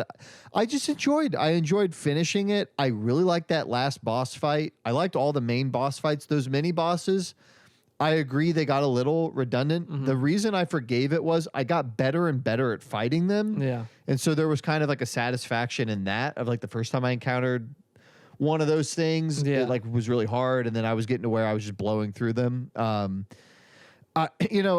agreed with one of the criticisms being because they have you use these elevators and these teleporters between the areas, you don't get that Metroidvania like Criteria is this way. Yeah. And Britannia is this way. And they all kind of ended up being, I couldn't name one actual area from that game. And if you did name one, I couldn't tell you what the environment was like. Yeah. I think that's a real critique. Yeah. And I wish that they maybe would have thought a little bit more about some of that visual design. But other than that, I had a great time start to finish. The Emmys were a really cool addition. I had a good time with it. But it's a good game. Yeah. My number 3, Halo Infinite. Dude, this one was all over the map. This one was off the list. This was on honorable mentions. This was off the list. I'm surprised it made your list. Yeah, but here's where my thinking was, and here's where my gut told me to go with it. It was off my list. It wasn't even an honorable mention. Then it was an honorable mention because we've been playing it a lot. Yeah. And then the campaign came out, and I was playing through that, but the here's where I'm at with Halo Infinite, and I was off the list, back on, whatever. I put it number 3 because ultimately, 2 big things saved you, Halo. You're 343. You're on my crap list every day of the week. It seems like something's news coming out where I'm fighting myself because of you. But it got some of my friends, and then Travis joined in, and all, like, we're all playing in and playing this again. I'm playing with guys I haven't played in 10 years. It was the last time I played with them. Or you've seen them on Hangouts, Pierce and Matt or whatever. I forgot that they've been on the channel, but check out Hangouts, by the way. But we've been playing again. Last time we played a Halo was Halo Reach. Yeah. So that was like 10 years ago. More than 10 years ago, actually. Yeah. But having that experience again was special. And I was like, give it number 3, Zach. Like, I slapped myself. I was like, give it number 3 because you're actively playing that a lot. You're having fun with your friends. It needs to be in there. And they did nail the controls and the feel. Everything feels good. I didn't think they had it in them. Yes. I didn't think they could get classic Halo feel. Yes. And they managed to figure it out. So I'm happy that 343 finally, after 50 years of having the property, figured out Halo. They got it, guys. But that, and then the other part, I think that was the other part, was that they finally found what Halo was, and got it. Whereas like Halo 4 and 5, they kind of fumbled the ball, and then Master Chief Collection, they freaking what the frick? That's another been a topic on our podcast, but.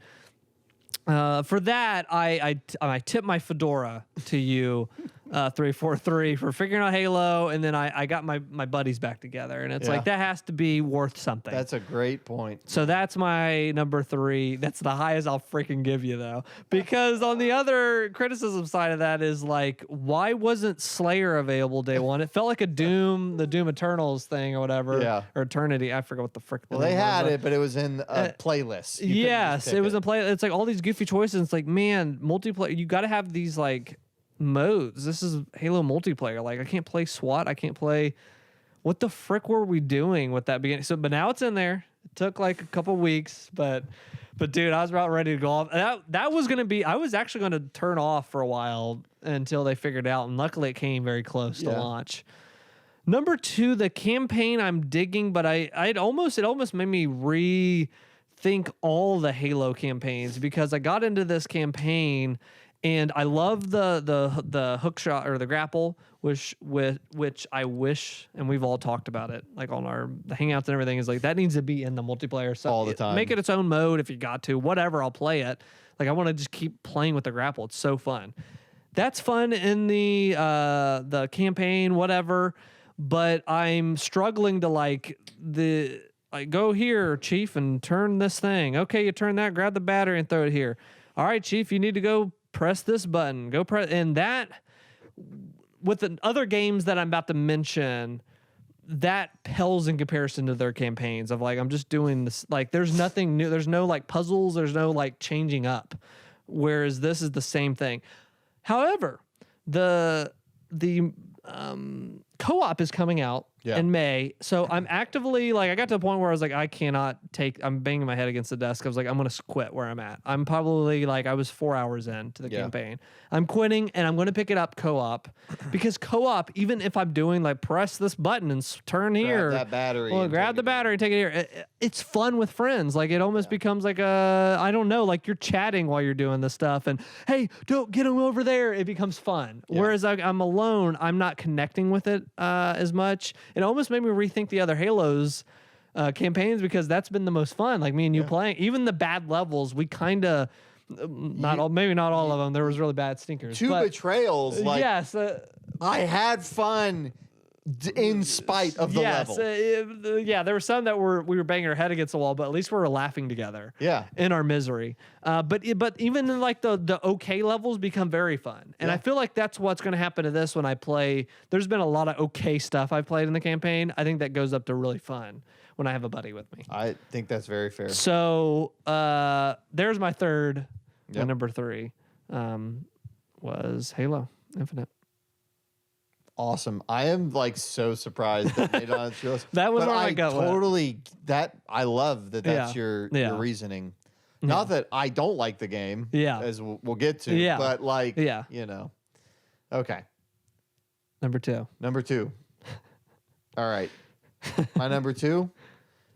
We've been doing this podcast 6 years. Yeah. I've always restricted myself. I've had internal rules. We let Jacob do whatever he wants because Jacob is just a free spirit. But for He's me, a free spirit guy. I've never picked a game. I feel like I owe it to you as the viewer to pick something that came out purely from this year. Yeah. This did come out this year, but it is not originally from this year. And I don't give a crap because I played this game for 80 hours. Yeah. It was NieR Replicant. Okay, yeah. Version 1.02, whatever. It's like pi times pi. That didn't come out this year? That was this year. NieR Replicant came out this year. Yeah. It's a remaster of NieR. Oh, from the I think that's 360. okay. I don't see any problem with And that. I do have a point, which is they redid some of the gameplay, and there's a new engine. I don't that's even brand think new. I get that that's your rules or whatever. I think remasters are okay if they really This was or a if you never play borderline. yeah. This is a borderline remake. Yes. So, And you never played it before. and I never played it. So NieR Replicant's my number 2. What to say about NieR Replicant? It's not a game I would recommend to everybody. I think that's kind of maybe what I'm learning is I'm going to stop standing on the table for things that I really like just because I like them. Like, I don't know that anybody else would like this game at all. Like, I don't. I liked Automata, and I do want to check this out. It just there was so many other stuff I was trying to get through the year and time and other crap was going on. But but my reason being is this game asks you to play it 3.5 times to get to the true ending. And it hit me in a season in life where I was looking for something that I would really like. And the music for this game, it reminded me of like almost like adult Ocarina of Time. This game has a time component of you're a kid and then you're not, and what does that mean, and how does the world change, and the overworld themes and running, like it's a lot of like Witcher 1 style running here to here to here to here to here to that's here. what that was the biggest thing. I was like, I don't know if I got that in me personally. But that's cool that but like it just hit a lot of those right notes. I will say, I think one layer I don't connect with this game as much as people seem to really like the characters. Like there's a character named Kanye in this game that's like a lady dressed in lingerie that like fights with a sword. Yeah. You know, and they do so many like interesting, like how are they getting away with this? Like there are points in this game, everything stops and it's black text on a screen for 45 minutes. And you're reading. Like it just does weird things you don't expect. And it hit all the right notes for me. When I was done with it, I was done with it, but I did everything. I got the platinum. You grow these plants and then you crossbreed the seeds and then you make a super plant. I did that. You had to like wait for it to grow like in real time hours. Did you grow this plant? I had a spreadsheet of like to get the platinum, you had to upgrade every weapon fully. Yeah. I had like a spreadsheet of like where you needed to farm all the material. I got into it with this game and it was fun. It definitely had a great ending and it was just a good game. So that's my number 2 game of the year. Cool. My number 2 game of the year is It Takes Two. Classic, our favorite, if you watched our reactions video, Joseph Fares. He won the Game Award for this for Game of the Year. I bet that like when you win Game of the Year, that gets a lot of eyes on you. So it's a lot of people are like, "What the frick is It Takes Two?" I was even surprised. Yeah, I was flabbergasted that this game won, but at the same time, it is. When I looked at this game at one point, just some behind the scenes was at one point my number 1. But I moved it back to number 2. I'll talk about what's my number 1 in a second. But like, this was the only game that actively tried to do something new in the field of everything else this year. Like everything else felt like I've been here before. I've done this. I've played this. Like nothing really tried to do something exciting except It Takes Two. That's why it was my number 1 at some point. I was like, well, nothing else did. Where It Takes Two lost out was we played it all the way through. Me and Jacob, you can check that out on our channel. We did co-op. I mean, you can only play it co-op. But engaging little story. It feels like a Pixar film at some points. Some of the levels you go into are like, oh, they're doing that. That's fun. Like the way they play with your, like you play as the husband and wife as these dolls and stuff. And it's like, oh, you're fighting the vacuum cleaner now. And the vacuum cleaner's like, why'd you throw me out? You never fixed me, or you never whatever. And the wife's like, you said you were going to fix the vacuum cleaner. And it turns into something about the relationship. Yeah. And like those little things are tied in. You're like, I see what they're doing and I'm along for the ride. On top of that, this game kind of genre blends. It kind of like at one point you're like a top-down Diablo style for a little bit, and then it goes into a fighting game for a second, and then it's the perfect like co-op way to like do co-op is, okay, you're right when you're about to get bored with this, we'll switch it up. And now you're doing something totally new, totally different area, abilities that you and your partner have. Where the game falls apart is it's almost like it was like 3 hours too long. Like it just overstayed its welcome just a little bit. But even in those 3 hours, it's still fun. I still recommend it. But does it stick the landing story wise? I think it does. It just takes if it would have shortened it up, it would have felt more like, oh yeah. But like we were getting to points where like, oh, they're wrapping it up, and it's like, all right, there's a book that talks like this, and you have to fix your love is the book of love. And he's the guy trying to fix the relationship of this couple. But it's like, now you have to go find 4 of these items. And we're like, what the frick? I thought we were over. And it felt like the Wind Waker moment. Famously in Wind Waker, you have to go and get 4 pieces or whatever. And you feel like that's the end. Like the game has led you to believe you physically and mentally feel like it's the end of the game, and it's like, oh, I have to go do this other thing. I hate when and that everyone happens. like I stopped, just screeched a halt, and I stopped playing, and I came back later, and that's what this game did. It's like, I wish you would have wrapped it up. Like that's happened to me enough times that I do look up on IGN like a mission list or like critical path. I always do that. I need to know what I'm getting myself. Well, that's what into. we did because we were playing, and it's like, well, this game takes 12 hours, which is like, we want to keep a little bit under that, but it's like this last game was so fun. Me and Jacob played A Way Out. Let's figure it out. And I did look at that and it's like, that looks long, but it's saying 12 hours. Let's figure it out. And by the last one we got into 8 hours. It was like, oh my gosh, like end this, wrap it up. But It Takes Two still was the one thing, at least experiment. I have to tip my hat to that. Like it experimented. It did some cool stuff with the game.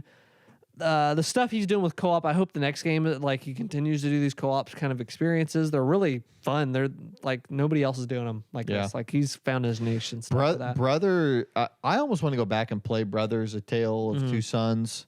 And that was single player, but it was semi co-op. I loved that game, and I haven't checked out his last 2. I feel like I've missed out on some good stuff. Yeah, A Way Out has one of my favorite game endings of all time in it and stuff. So the way they play that out. So It Takes Two. What's my number 2? We're here at the number 1 game of the year. Game of the year. Never thought we'd make it. Who gets the game award? Jeff Keighley's going to come down the stairs and hand it over, but who's it going to be? All right, game of the year for me is, against all odds, Halo Infinite. I can easily see it. Yeah, Halo Infinite, and I thought about this a lot. You were gushing about this game, so I could see it. I think for me, like, it's 2 things, and like they released separately. Like the multiplayer, I've never seen a game that is like it's 2 different parts, but the multiplayer. I've talked about this before on the podcast. I really like a multiplayer sandbox where you can visually know and understand what's available to the other players. And so a big part of that is like, what gun do you start with, right? What gun's spawning on the map everybody can go for or not go for. And like the old Halos did that great. Like if you're on Lockout in Halo 2 or Guardian in Halo 3, you know the hammer spawns down here. You know there's a shotgun over here. You know everybody's got ARs. And so you can make second-to-second decision-making knowing that information. Yeah. Obviously, with this podcast, you guys know I'm a big fan of Destiny 2. As much as I have played that game for 800 hours, it doesn't have that. Like, I don't know what the hell the other guy's using. Yeah. he starts with a sniper or he starts with a shotgun or Yeah. like he's gonna have a pistol or he's gonna have, and so, or you don't know what super he has. Like, it's kind of see he's a hunter. Oh, okay, he's got the bow and he killed me, or he's got. This was such a return to form for me of we all know the rules here. We all know what everybody has. There's just enough of that like extra layer of the equipment. But they're not so overpowered that like someone's gonna grapple me and I'm dead immediately. It just is. I love the multiplayer. I like all the maps. Yeah. There isn't one map I hate where I'm like, this sucks. I like pretty much all the modes. I really like the weapon sandbox. There's only one weapon I can think of that's just total trash. I won't even touch it. It's the Ravager. It shoots the red blobs. It's a piece of crap. Yeah, That gun sucks. You can never aim it. It just Every other gun, I've never killed anybody with get it. kills with it. I like it. It has a place in the sandbox. I just think it's a damn good Halo game. Yeah, it is so much fun. And so knowing that, Did I was you know this game was that. my number one at one point? Was it? Too? That's It was. so It was funny. one. It was honorable mention. It was off the Man, list. that's funny. Because it was like it was the big hit of the big thing and of the that year. I wanted to know this year what is going to be that thing, Yeah. and this was that. And then so for me, the next thing was, is this campaign going to be a dud or not? And so for me, we've played through 1 through 3 recently. Yeah. I've got a pretty good idea in my mind of what makes a good Halo campaign, what doesn't. Totally get what you were saying of it is paint by numbers. Like, Chief, you got to grab this. But what I do like about this game is the first 2 missions are more linear. You're in ships and you're in a little Forerunner structure and whatever. And Cortana's talking and it's like this disembodied voice. But it's fine. It works. What really, when I knew this was my game of the year was when I hit the open world in this game, it's Breath of the Wild light. It's not Breath of the Wild. It doesn't have all the secrets and all the hidden things. But I found a cave and it had like an audio log and this guy was talking about how he was stranded there. And then I found a rocket launcher and I'm running around and I'm getting these FOBs. It reminds me a little bit of MGS5 of, okay, this FOB has a bunch of invisible elites with swords in it. I'm going to go up here and I'm going to snipe them and getting the equipment. I have been thoroughly enjoying the campaign, doing the open world stuff. I'm in the last 2 or 3 missions of the game where it gets really linear again. Having fun with it. I will go through and complete that map and kill all the targets and get all the bases. I will then play it again co-op. This is a great 20, 30 hour single player experience. To me, it's just as a package, it is a game of the year type game. Yeah. And I really, now that I have the finished product and I'm playing it, I don't really have any complaints. Yeah. Which I did not think could happen from a 343 Halo game. Yeah. I didn't even bother with 4 or 5. Yeah. Wasn't even interested. But yeah, I really like Halo Infinite. It's a really good game. And I'm happy that happy Halo's with it. back and it feels great. I mean, we're playing tons of multiplayer. Yeah. We've been doing tons of hangouts and stuff for it, but man, I've been having a great time with it. But yeah, I was back and forth, but then other times I'd get mad at it. Like I'm like, I think that's my number one. I was like, but frick, where's co-op? Where's leaderboards? Where's this? Yeah. Like, do you deserve it? You're off the list entirely. And I was like, well, that's not right. Well, honorable mention. I was like, but I'm playing it a lot, and that's where I think I got it where it needs to be. And my list personally is like, it needs to be number 3. Like it has to do that top 3 because I'm having fun with my friends. It feels like a good Halo. I went back and played Halo 3 and I was like, I wish I had a sprint button. I wish it played a little faster. Yeah. And that's my favorite Halo is Halo 3. And it's like, well, I wish it had this. And it's like, well, 343 finally did it. Finally made a good feeling Halo. Yeah, they did. And there's one thing this game, I do think it does, now that I'm 20 hours in or 15 hours in, every other Halo, and we played them on Legendary, I played them on Heroic, there's a lot of guns, but like there's 3 guns. Yeah. Yeah. And if you don't have one of those 3 guns, you're kind of just waiting until you get one of those 3 guns again. Yeah. This game, and I don't know if it's because I played a lot of the multiplayer and then I knew the guns, all the guns are viable in the campaign. And they load them with just enough ammo that like you get a rocket launcher and you use it a few times and then you throw it and you grapple and you grab a sniper or you grab a shotgun or you grab a brute hammer or you grab the disruptor pistol and you shock everybody and you melee them.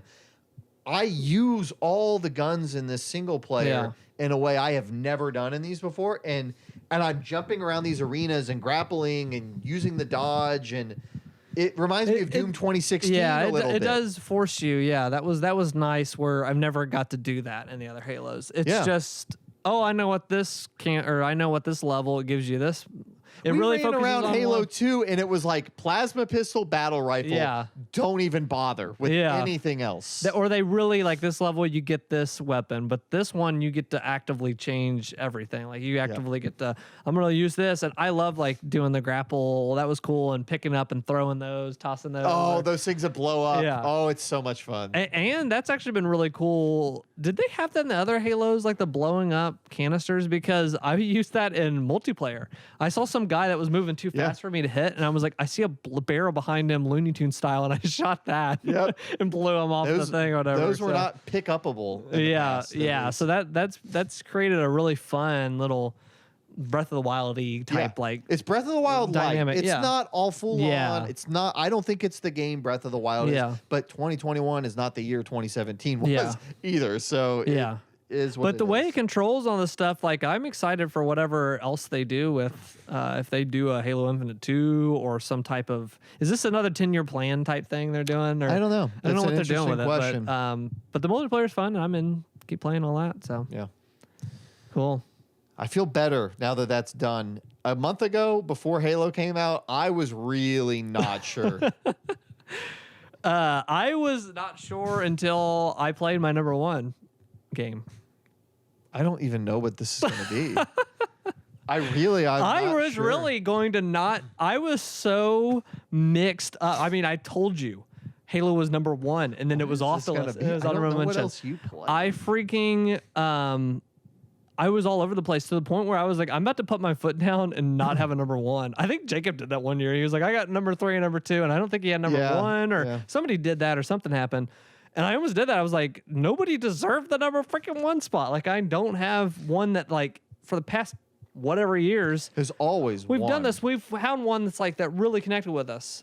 It finally took me to the end of the year to find mine. And it was a game that didn't come out at the end of the year. It's just one that took me this long because time will do that to you. Get busy.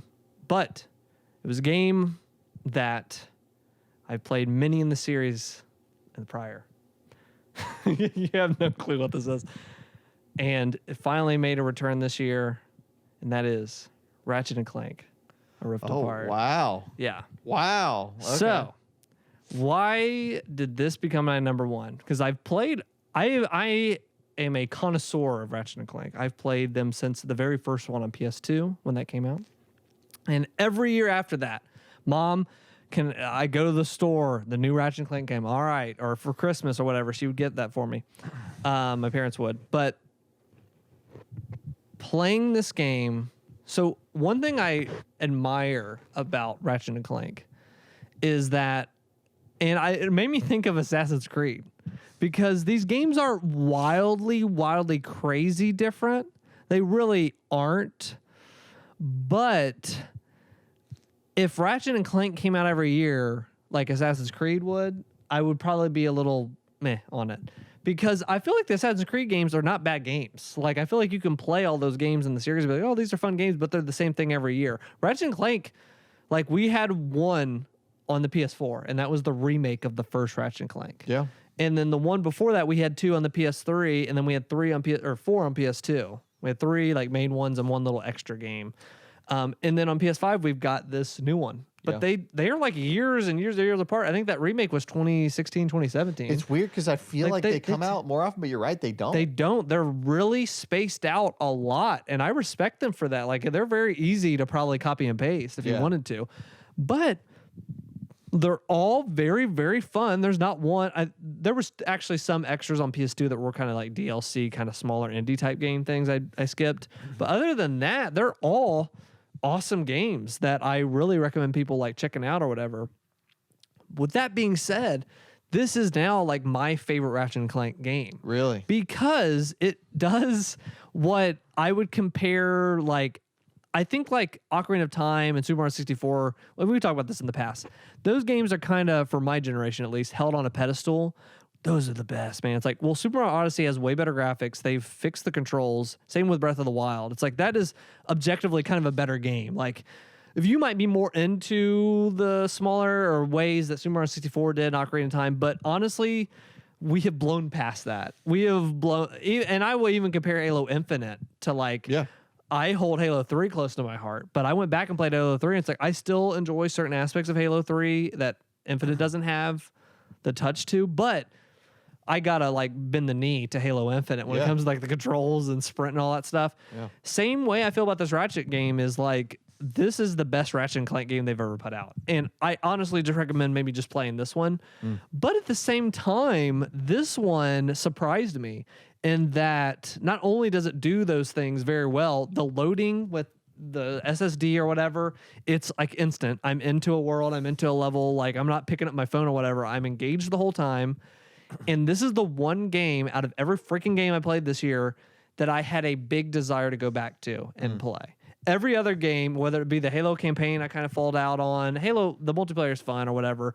I'm not bashing that one or whatever. But like, It Takes Two, God, are we still playing this? It didn't keep you. Or like Deathloop and Returnal were games I kind of fell off on. But Ratchet and Clank was the only freaking game I played this year where it's like I had to do something today and I was like, I'm rushing to get back home to play more Ratchet and Clank. It was the only game that made me do that this year. It connected with me that much. It's so fun. It also does what the other games did really well, which is you'll be shooting, blah, blah, blah, doing this. And then they'll put a puzzle in front of you and you'll have to solve like a little smaller, like very a slower pace puzzle and you'll figure that out. Okay. And then you're back to like sliding around on jetpack Ratchet and stuff and doing stuff, and it controls beautifully. They also added a new character to this one that I love. Like I love the new character and I loved like the new so the concept of this game is a new dimension kind of opens up. It actually is kind of Marvel-esque. And I did not expect like what this game was going to be, but there's they're called Lombax is what Ratchet is that's the race of the creature that he is. And you get to play as Rivet, and she is another Lombax in this world. Okay. And she has all the same like abilities and all this other stuff, and you're trying to like get back to like your dimension. She's trying to get back and all these rifts or whatever. Ratchetverse. But in that, I'm playing, and as a long time like big fan, I mean, I haven't played the original PS2 in so long, but those are special games I've replayed. That's another thing is this is the only series I replay because it incentivizes you. You'll get your like weapons up to a point, and you can do a new game plus. And it's like, well, I didn't level up. Oh, now there's gold versions of the weapons, or oh, I gotta get my XP up. So this game also really rewards you for fighting all the enemies, and you want to fight the enemies, and it encourages you to like, okay, I'm gonna use this like ability that turns everybody into like a garden like bush.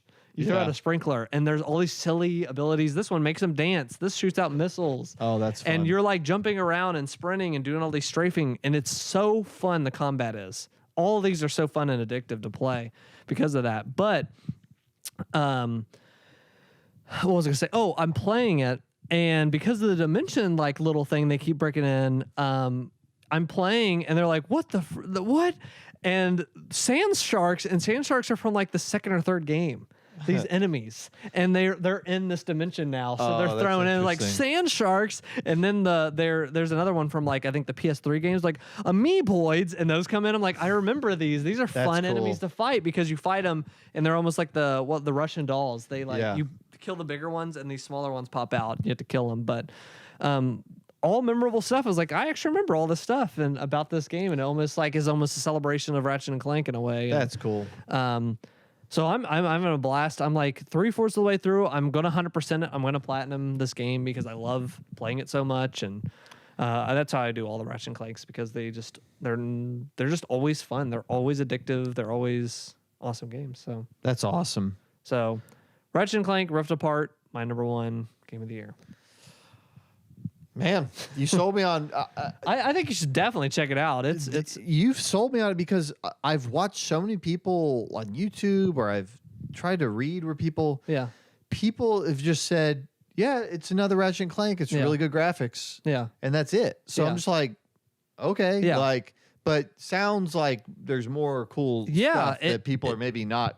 Yeah. saying the way you said it. Yeah. That's interesting. It does what It Takes Two did, except it finishes through the rest of the, like, there isn't a part I'm getting bored at. I'm addicted, like, playing it, where It Takes Two was like, let's change this up.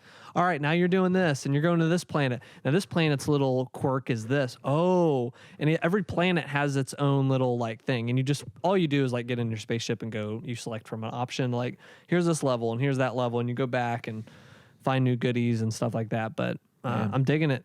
It's That's really awesome. fun. What a year, man. Yeah, what a year. It's been good. There was a point this year in like August where we were laughing about what would be game of the year. And there was a time I almost thought about saying remasters are game of the year. Well, another game That was gonna be like just period. My game of the year is remasters. I didn't mention it so much this year. and it wasn't honorable mention or anything, but I am actually actively playing it a lot, is Super Monkey Ball. I thought those other games deserve their spots more than Super Monkey Ball, but yeah, that's a remake of the Monkey Ball 1 and 2 in one game. That is a remake, and it's like, well, I'm having a lot of fun with it, and it's engaging me. Like, I just always go back to when I think back about 2021, what will I associate with the year? yeah. And I like my picks because I'll remember Halo Infinite because it was a big COVID delay. Yeah. They finally, after against all odds, By all odds, because when and this all game the cringy memes, all of the memes, Craig, the freaking brute, I was like, this game is going to suck. Yep. And I read something that said that they had to like have the come to Jesus moment on this game, but what was really interesting, and I've been watching, there is on Xbox, on YouTube, there's an Xbox documentary I've been watching through. It's like 6 parts, 7 parts or whatever. And it talks about the history of Xbox, and they actually talked about Halo's development, how it was an absolute mess when they showed Halo 1 at their like trade shows, like E3 and CES and stuff. It was like lagging out. They were showing like 4-player split screen, and it was like the frame rate was like 10 frames per second. And going up to it, that game looked really bad. Like people were like, I'm excited for it, but can they like fix it? Yeah. Because it looked kind of fun. And that game almost was a disaster. And that's what Halo Infinite, I wrote that off as a disaster, actually. Yeah. Like, I was like, dude, that looked so bad. The graphics looked worse than whatever. And they fixed it. They figured it out. And it looks beautiful. But I saw that whoever came in to fix Infinite after that showing, because they've went through. Joseph Staten. He worked on Halo 1, 2, and 3. Yeah. He was the story guy, and he worked on the Destiny 1 story before they fired him and they redid the story before launch. Yeah, I saw that some article was talking about how they had to get the team together and say, hey, Halo 1 was a mess before it came out. We can fix this. Yeah. And I thought that was really cool because I wrote it off. I wrote Halo Infinite off big time. I was like, I have no interest in this. I was in the same place. I was so excited for that reveal last year, and it just went over like a big I think the fart. multiplayer being separate and free, I think it helped. that might have been their kind of like trade-off. Yeah. For that bad showing. Yeah. Because if they would have not put that out for free, I would have not maybe checked it out unless you really pushed it. Because it's like, I don't know that I would have checked it out. I think that was their like, we're going to really try to save this thing and we're going to give it away for free, the multiplayer portion, to make up. And I think that was smart. It was a smart olive branch. Yes, that was. So, this year, again, like Ratchet and Clank in a normal year, I don't think would have been my number one. Sure. But it was the only thing this year that did that, had that feeling to me, and really has been fun and put a smile on my face as I play it. But so this year was just really tough for like games for me. It's just like you said, remasters and stuff, and no clear winners. Yeah, there's and behind my top 3 and my honorable mentions, there's a graveyard of games I like. Yeah. Psychonauts 2 and Shin Megami Tensei 5 and there's Forza. This is like cool, fun, but just things that you didn't play it and think, man, this is the game. Yeah. So I'm giving it to Halo, and then Metroid is a fun COVID surprise when we're all waiting for Prime. And NieR was a really awesome JRPG that it was a weird game, and I'm glad that I took the time to really give it because there was nothing to rush to anyway. Yeah. I think this year, too, looking back, it's going to be the most impacted by COVID of all the years. Yeah. I think that last year you had games that were done, and then the pandemic started, but those games were already pretty much done. They just crunched and got it done. Like Final we had Fantasy. last year. We had Ghost of Tsushima. Final Fantasy That would have 7. won this year. Yeah. Final Fantasy 7. That would have won this year. Yep. Last of Us 2. That would have won this Yeah. year. Cyberpunk. That would have won this year. I mean, Yeah. last year was Yeah, 2020 was unbelievable. Yeah. So it wasn't affected by COVID. Yeah. I feel like the ones that were currently finishing up in their last fourth or last half, games that came out this year, you know what I mean? Yeah. Like they got hurt because of that or pushed back, or you could feel like, oh, they got the COVID, effect on that. I think that 2022, Elden Ring, Horizon, all this other stuff, this stuff is been a long time in the oven. I think they had to pause development. I think some of these games were going to be 2021. And they got pushed back to 2022 because of COVID. I think they are ready and primed and ready to go. And I think you're going to see some crazy stuff in 2022. Next year's going to be crazy. It's going to be nuts. I think there's stuff that we haven't even seen. It's going to be really fun. And yeah. so. Weird year. Definitely the most impacted by COVID, I think. Yeah, I agree. Big time. I agree. But there was still some fun stuff somehow. One of the things I did kind of think was cool about this year is because it was weird, I think people found their own fun. Like AOI, I think he really liked Returnal. Yeah. And there's a world, we talk about Returnal, there's a world where that's my favorite game. You know, if it's I'm going to keep playing it, but we talked about it's a roguelike. Yeah. But just like there was a lot of people that loved Returnal and like really backed that. There was a lot of people that really liked, not Dishonored. Deathloop. Deathloop. Yeah. It's kind of cool to see a year where when there is no front runner, like people really found a game they connected with here and there. So. Yeah. What were you going to say? AOI made his own fun or something? Yeah, he really liked Returnal. Oh, okay. That was Returnal. Okay. Yeah, it's just like people, they found what really stuck out to them. Yeah. So, and It Takes Two winning at the Game Awards is probably the biggest example of that because that guy, that is never That was happening. the biggest telltale sign that was like, what was this year actually? Because I think that's one we're going to look back and laugh about. Not that It Takes Two was bad, but It Takes Two. Yeah. Like, could you imagine if It Takes Two came out in 2020? Would that have been, that would have been maybe an honorable mention or not on my list at all last year, but like. You know what makes me laugh too is like this would have been the year, like Far Cry, Call of Duty, Battlefield, like those big franchises. This could have been a year where like maybe they have a better campaign than normal and like there's nothing else. So it's like, I'll check. Those were panned like one after another. Like that Battlefield game, people say this is wolf. This is bad. I don't know a single person that bought Call of Duty. Yeah. And I know people that buy every Call of Duty. Yeah. I think that thing tanked. Yeah. It just was a weird. It was a weird year. It reminded me of 2014 a lot. I actually think this year, this is a little bit better because I'm actually formulating a better top 3 list than 2014. 2014 was the Destiny crap. There was Drive Club that had problems. It was the first year of all the consoles and nothing was coming out. Everything got delayed. Dragon to 2015. Age, Inquisition. All the problems to the point where that's the only year I actually can't tell you my number one. It was like maybe Donkey Kong Tropical Freeze or Smash Brothers at the time. My retrospective one is Talos Principle, but I didn't play that until way later. Retrospectively, it would be Tropical Freeze for sure now. But in the moment, I was like sitting there like, I don't got a number one. Like I was like looking around like I couldn't tell you. Like I was like, I was so mad about that year. So, but this year I actually think a pandemic happened and it still was better in 2014 by a notch or two. That's hilarious. But I think that puts a wrap on it. I think that is 2021. Thank you guys for joining us this year.